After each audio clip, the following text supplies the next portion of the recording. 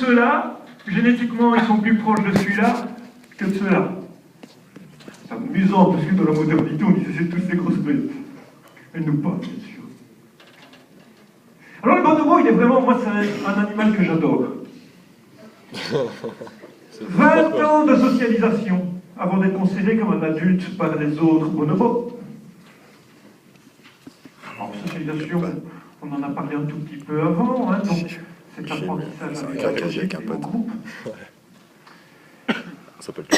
Comme le gorille et comme Homo sapiens sapiens, il peut faire l'amour facial, il peut prendre la position des missionnaires. Je ne sais pas si ça plairait ou pas qu'il sache ça, mais enfin, le bonobo prend la position du missionnaire. Il se tient la plupart du temps debout. Alors bon, c'est debout comme ça. Hein.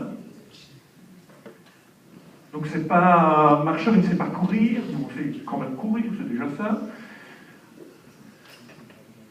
Et puis alors, il est particulièrement sympathique puisque c'est le seul animal qui a décidé d'appliquer « Faites l'amour, pas la guerre », puisque dès qu'il y a une tension dans le groupe, c'est la grande fête primitive et la tension diminue. Chez nous, par contre, nous n'avons pas choisi ça, nous sommes un animal particulièrement agressif, il y a de la tension, on se rentre dans le lard. Bien, chez ces bonobos, lorsqu'on les observe dans la forêt équatoriale au Congo, évidemment, ils sont en voie de disparition, parce que quand on a un concurrent trop proche, il faut l'éliminer. Eh bien, dans un groupe de bonobos, on va distinguer de 50 à 60 outils. Alors, l'outil peut être très très simple. Ça peut être un bâton qui me permet de récupérer une noix flotte. Mais il peut être déjà un peu plus sophistiqué. Un outil où je vais mâchonner pendant longtemps une petite branche, histoire de faire une petite palette, et ça me permet d'aller chercher des termites dans la termitière. Donc, il y a une série d'outils. Alors, est-ce que ces outils, c'est naturel? Est-ce que ces outils sont innés? Est-ce que ces outils sont dus à leur génétique? Ben, si je vais voir un autre groupe de bonobos 50 km plus loin dans la forêt, je vais repérer 50 à 60 outils, et ce ne sont pas les mêmes.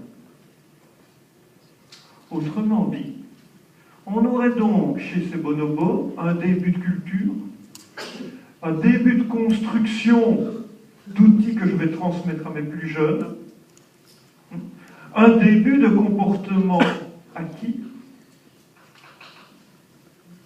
et qui vont se développer différemment d'un groupe à l'autre. Alors, on est déjà en train de donner un gros coup dans cet imaginaire moderne qui dit l'homme a de la culture, pas les animaux.